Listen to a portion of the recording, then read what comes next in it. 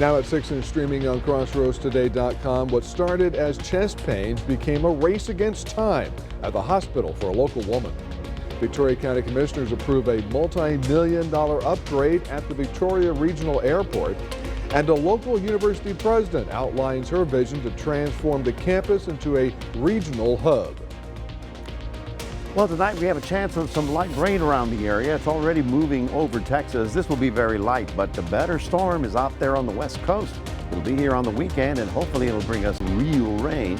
We'll talk about that coming up in a moment.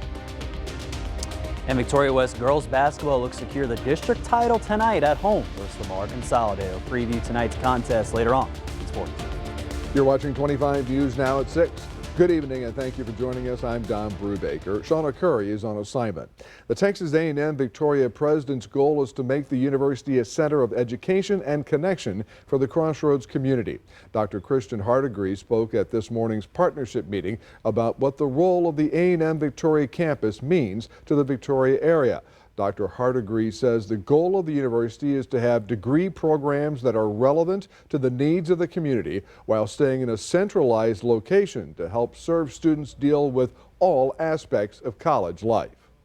We're really looking at what are the wraparound services we have for students, what are the offerings that we have in terms of the academic programs, but also what is the vibrancy of our campus life? How do students go to a place that beyond belonging, they know they matter? Some of the new degree plans to be offered include agri-science and aviation, which would include a program in piloting and another in airport management. Victoria Regional Airport is making progress toward a new terminal building and an upgraded control tower. County Commissioners approved upgrades for the airport control tower, with FAA grants eventually paying for the over $3 million upgrades.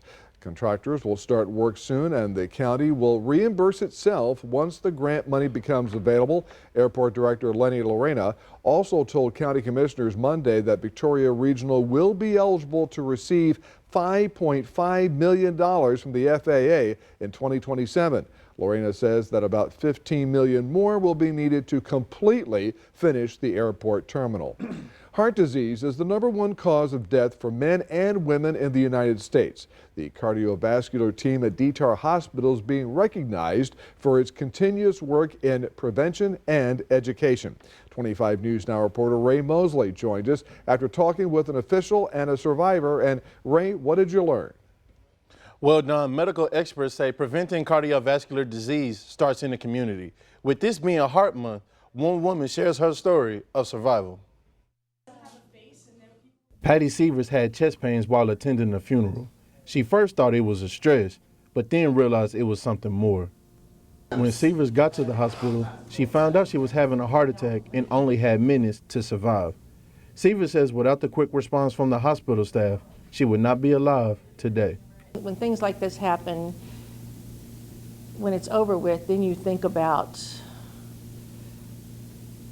things about how I'm not done in life. I'm still got a lot of things to do in life. So with DTAR's diligent to work as fast as they did, gave me this second chance to experience a lot more life. After a patient has a heart attack, the cardiovascular team at DTAR Hospital helps them recover through exercise so they can improve their health.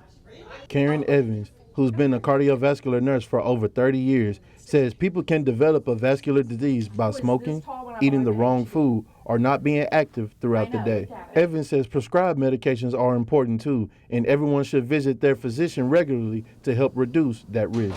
It's always easier to prevent a problem than it is to treat a problem after it happens, right? And so prevention is something that we really focus a lot on here. It's our second nature. We're constantly bringing that information to the public, sharing it with our patients and their families. We're really passionate about cardiovascular health. Both Evans and Severs encourages people to pay attention to their body. We can actually make a big difference in patients' lives and in their outcomes. And I think that's what really most of us find most rewarding. Evans encourages residents to sign up for a heart and stroke awareness education class where they can learn CPR and how to detect symptoms of a heart attack or stroke. Citizens Medical Center will also be holding a free heart screenings at its health fair on Thursday. Don? Ray, thank you. Clouds come into the crossroads, but still no rain. Unless Mac has heard of some rain reports around the area. Have you? Ye of little hope. We're optimistic that we're going to get something. Now, again, this first system coming through is fairly light, so I'm thinking probably less than 1/4 of an inch, maybe even less than that. So we'll get sprinkles and drizzles overnight into tomorrow. Then what that does, it sets us up for this. This is a nice big storm out on the west coast. That'll be digging south. It'll be coming across the southern Rockies, and on Saturday, Valentine's Day, we got a very good shot at getting some significant rainfall. We're probably talking over an inch because we're going to have a couple of thunder showers associated with that frontal passage. We'll be talking about that and what the rest of the 9 to 10 days out look like, because I think finally we're back in the rain business. We'll have all that coming up a little bit later on. Don? Mike, thank you. If you see news happening, call our newsroom at 361-576-0026 or send us an email at staff@crossroadstoday.com. Federal authorities say a commercial travel bus passing through the Falfurrias checkpoint near Corpus Christi was found carrying nearly 20 kilograms of cocaine. The DEA's Houston division reports the seizure highlights ongoing enforcement efforts targeting narcotics trafficking along key South Texas travel corridors. Friday, President Trump will meet with U.S. military members involved in the capture of Venezuelan President Nicolas Maduro last month. Trump and First Lady Melania Trump will meet at Fort Bragg, North Carolina, with military families and Special Forces members who carried out the operation. That operation marked the end of a months-long effort to remove Maduro from power. In the seizure of Maduro, 7 U.S. military personnel were injured, with 5 reported to have recovered. A North Texas home builder is focusing on compact homes for non-traditional households. Nicole Nielsen takes us inside his unique method of building. The first step is to kind of level the ground. For more than 30 years, Jeff Kalfleisch has built houses across North Texas, hundreds of them. But now he's trying something different. People who live in mobile homes are kind of treated as second-class citizens, and I've seen a lot of single mothers and widows that live in those. They should have the ability to have a nice place to live and a nice community to live in. Across 6.5 acres in Azle, he's building 42 compact homes in a development he calls Biddo Heaven, each meant to be low maintenance but long lasting. Money is kind of secondary in this situation. Sure, I have to have money to make the project work. They'll rent for roughly $1,100 a month, intentionally affordable, even if there are slimmer profit margins. Housing expert Daniel Oney from the Texas A&M Real Estate Research Center says projects like this are emerging because over the long term, home prices have just continued to outpace wages. From 2019, home prices are up 43% in DFW, then wages are only up about 28%. And that gap has left many single-income households stuck renting instead of buying, and sometimes indefinitely. And the problem, it's not just cost, it's also supply. We've not built housing at the rate that we should have for many, many years. Basically, if you go back to the financial crisis, 2008, we needed more diversity of housing. Most of the housing that's built is built for the traditional family. Jeff says he started the project when he saw little hope for the gap to close anytime soon. And though he knows tiny homes can't solve the housing crisis alone, they do give more families a chance. I have a heart for the widows and the fatherless, which is a lot of single mothers. So that's my heart. I can only do a small piece, but hopefully it'll spur somebody on to maybe do the same thing. The Salvation Army of Victoria started a new free 10-week course. It's called Faith and Finances, and it's taught by Stitch Ministries. The class will help people make a spending plan, manage debt and loans, and prepare for the future. The class will be held at the Salvation Army of Victoria Life Enrichment Center. If you missed the first session, you can still take part in the upcoming weekly meetings. Remember to subscribe to our YouTube channel, Crossroads Today. Hit the like button and click the notification bell. Then you can see Crossroads Today on YouTube. And stay with us. Coming up on 25 News now at 6, a federal agency converts a Georgia warehouse into a detention facility without notifying city officials. Also ahead, a young woman takes on tech giants in a case that could set major precedents. Officials from a city in Georgia say they feel blindsided by the federal government after learning about plans to build an ICE facility in their community. A city council meeting took place on Monday, and as Michael Dudna explains, residents spoke out about the plan. We are responsible for what happens in our community. Logistically, it is not feasible. The biggest reasons I oppose this are humanitarian reasons. Different voices, but one message, speaking out against the latest announcement to take a warehouse and convert it into an ICE detention center. Disgusted, brokenhearted, angry. Everybody's kind of blindsided by what's happening. Oakwood City Manager B.R. White says the federal government never contacted the city. But soon, industrial buildings meant to house shipments may house 1,500 people. We've been sidelined and steamrolled over. And Oakwood is not alone. On Sunday, the City of Social Circle confirmed that ICE bought a warehouse to turn into a detention facility. And once the federal government purchases a property, White says the city's hands are tied. Yeah, it's a transaction. We don't have to be notified.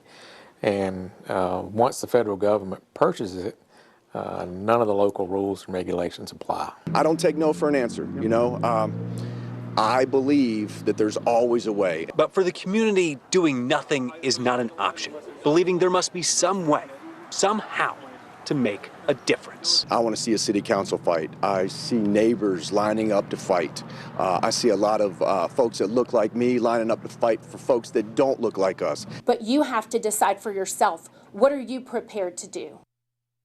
White said it is unclear how the facility will handle issues like sewage. That's because it was built to be a warehouse, so the building does not have enough restrooms for that many people. To get more news, weather, and sports, come to our website, crossroadstoday.com. A landmark case against two of tech's titans could have major implications for social media and pending lawsuits. Brian Abel reports on the stakes of this trial. A historic trial and a first major test of whether social media companies can be held accountable for claims that their platforms harm the mental health of young users. Psychologists have said consistently for decades that the younger a child is, the more vulnerable they are to any stressor. The case centers around now 20-year-old Kaylee, who accuses Meta and YouTube of intentionally developing addictive platforms that cause her anxiety, body dysmorphia, and suicidal thoughts after she started using the platforms in early childhood. Her lawyer saying app features such as endless scrolling and the like button create instant dopamine hits that can lead to addiction, describing the swipe motion as the equivalent of a handle of a slot machine, saying every time she swipes, it's not for money, but for mental stimulation. YouTube and Meta have both denied the allegations in the lawsuit. Meta's attorney argued in opening statements that a difficult childhood, including reports she made to therapists of verbal abuse from her parents and bullying, led to issues, not social media use. For years, parents, health experts, and whistleblowers like Frances Haugen, formerly of Facebook, have called for more accountability and guardrails to protect young users. For years, these companies have refused to take responsibility for any kind of harm. You know, it makes perfect sense that the playbook would be to blame the victim. The outcome of this trial could have major impacts, with around 1,500 similar lawsuits pending against social media companies. In Washington, Brian Abel reporting. Digital billboards with an FBI phone number are now going up in more states as a case of Nancy Guthrie develops. The billboards are appearing in select cities across Texas, New Mexico, and California as investigators widen efforts to locate the missing Arizona woman. The 84-year-old was last seen on February 1st at her home. The FBI and the Pima County Sheriff's Department confirmed they are reviewing what they describe as a new message connected to the case. A $50,000 reward remains in place for information. Classes resumed at Ole Miss this week after the university was shut down for 2 weeks because of the ice storm. This is what the campus looked like 2 weeks ago today. There were still several walkways and roads barricaded, while tree service companies are still cutting limbs. Students say it's been a difficult 2 weeks, with many having to stay with friends to have a place with power and water. Ole Miss is now providing a relief fund for affected students.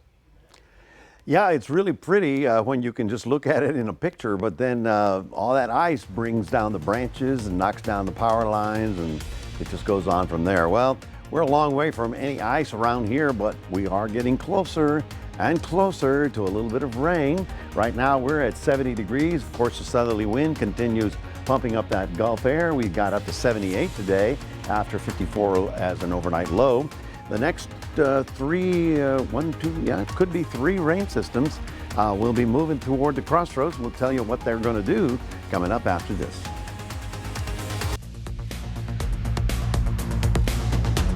Well, good evening, everybody. You probably noticed all the big clouds that started rolling in, made it overcast today, and it looks like, there's all kinds of rain around the area. Problem is, this is high-level moisture coming over from the Pacific.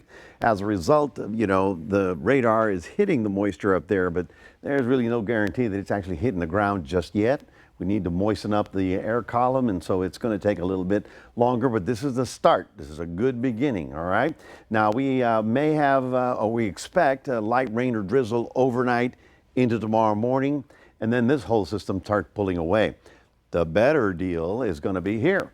This is going to be a fairly significant storm for the southwest. It's going to be doing rain and snow to the mountains there, and then it's going to be moving into our area on Saturday. On Saturday, we got a better shot at getting some actual rainfall in our area, and this is a, shall we say, a low latitude winter storm. Okay, what does that mean? High latitude would be up here, low latitude would be down here, and it's a winter storm that's coming across. So this is going to be very important because it's going to give the southwestern mountains finally a dusting of snow and some rain in very important areas that have been in a drought for about a month now. And then behind that, there's a potential next system developing. So we've got 3 opportunities of getting rain within the next 10 days. So let's just say we're in a better shape now than we were last week. That's for sure. If you happen to be driving tonight or early tomorrow morning, we're going to have another round of that fog. Notice that our temperatures overnight were not particularly cold anymore. We're going to be on the rather mild side. You might not even turn the furnace on with temperatures only bottoming out at about 60 degrees. The rainfall, okay, how much and when? All right, here's the deal. And we look forward on Future Tracker. We start tonight on Tuesday. There is the light to moderate rain over Texas right now. We see that pull away by tomorrow, and that would be Wednesday. So Wednesday, we see the storm really wind up, and you can see how it does move across the southern states, or the southern Rockies, and then all of a sudden, we got a big push of moisture coming up into Texas. This is Friday when the front starts moving into the west, and there you see it. Right there, we've got a possibility of getting some thunder showers from Dallas all the way down to our area. So this is why we think this one will give us a better shot at significant rainfall. Could be an inch of rain out of this, and we're keeping our fingers crossed. Now, as that one pulls away Sunday, Monday is nice, Tuesday is nice, but even nicer than that, you can see we're going all the way to Tuesday. What do you see out on the west coast? Another winter storm. So this is going to be great for them, but also you can extend this out to Wednesday, Thursday, when that system will start moving across the state. So that'll be our 3rd shot at getting some actual rain around here. So farmers, just watch it carefully. We've got 3 opportunities that may put us in a much better situation by the end of this month, all right? So overcast with light rain tonight, getting only up to 75 tomorrow. In Cuero, you're getting up to about 75 as well. It'll be mostly cloudy and foggy in the morning hours with a little light rain. Again, Thursday, Friday are looking okay at this point in time. It's Saturday. Winds up being Valentine's Day, so if you're going to dinner, just remember it may be a little on the damp side out there, so snuggle up with your buttercup. Your high temperature will be 81, but we have a good shot at getting some rain. That's your 7-day forecast, reminding everybody we do have a QR code. We'd love for you to scan that, put Crossroads Today on your phone. Here's Don. Thank you, Mac. And Sports Director Max Williams is here talking Warrior Wrestling. Absolutely. Before Valentine's Day happens, we got 2 Victoria West wrestlers advancing out to the 5A state meet held in Cypress. We're going to hear from the junior Isabella Leal about how she feels going into her first state tournament appearance. That's next in sport. So tonight we have a full variety of Victoria schools that are playing athletic events across the area. And we're going to first highlight the Victoria Gators boys basketball team, who finished in 3rd place overall at the Teo Division I Regional Championship last week. Now they're gearing up for the state championship held in Bryan, Texas this Thursday. And before that all gets going, we talked with their 2 top players in Cameron Wilbur and James Coleman about how they feel heading into the state tournament. The season's been spectacular. We've all been grinding out. We've been doing better than last year, and I'm thankful for that. All glory to God, man. I'm looking forward to just actually winning games at state this year and actually being able to play, because it's a big blessing to be able to be in this moment. And my experience has been great, with all the guys. They're all nice, welcoming people, but they're all hardworking. They're not just out here just to play basketball just for free time. They actually want this.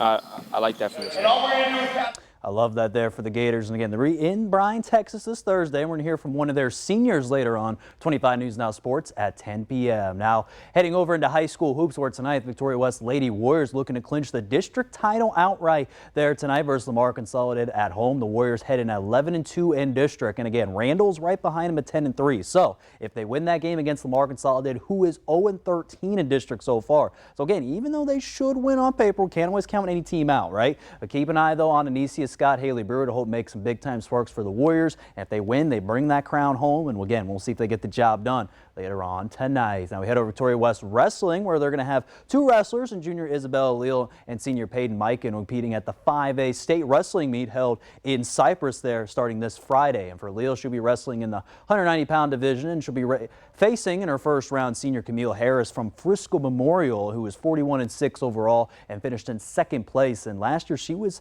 actually, for Harris, was in the 185-pound weight class, so bumped up just a little bit with the UIL, expanded out to 190-pound weight class. So having this tough challenge to start with, though, this Friday, Leal wants to still give it her all and still wants to teach everything she's learned from her head coach from this year. It is going to be a bit of a challenge, but whether I win or lose it, it'll help me get better as I improve next year, and we'll just see how it goes. Because I need things broken down a little bit better, so he'll take his time, he'll show me how to do it, he'll tell me what I need to do to make the move better, he'll help me with my improvements, and I feel like he's helped me come a long ways. Now, Leal will take center stage at the Berry Center. Again, for the girls, they'll start at 11 a.m. with first round action. It's a double elimination tournament, so obviously don't want to be double eliminated to start off on day 1. Now we head over to softball, where tonight both Victoria West and East softball teams open up their 2026 season. West is currently in a game right now versus Ingleside at the U Sports Complex. And again, both these teams made a deep run to the postseason from last year. Now Victoria East, they open up their 2026 campaign versus last season's 4A Division I state champions in the Cow Allen Wildcats. And this first pitch will be at 7 p.m. And again, for East, they're looking to kind of get some offense going off their star pitcher for Cow Allen in Jordan Thibodeau. And then finally, the Houston Rockets there on the NBA side. They got doubleheader matchup starting tonight versus the Los Angeles Clippers. Will start at 7 p.m. and then they're going to face Clippers again at home tomorrow at 7 p.m. Those are the last 2 games for the Rockets for the NBA All-Star break. And that's going to do it here in sports. Don, back to you. Max, thank you. We're back in a moment. We'll show you something entertaining and dangerous at the same time at a traffic intersection.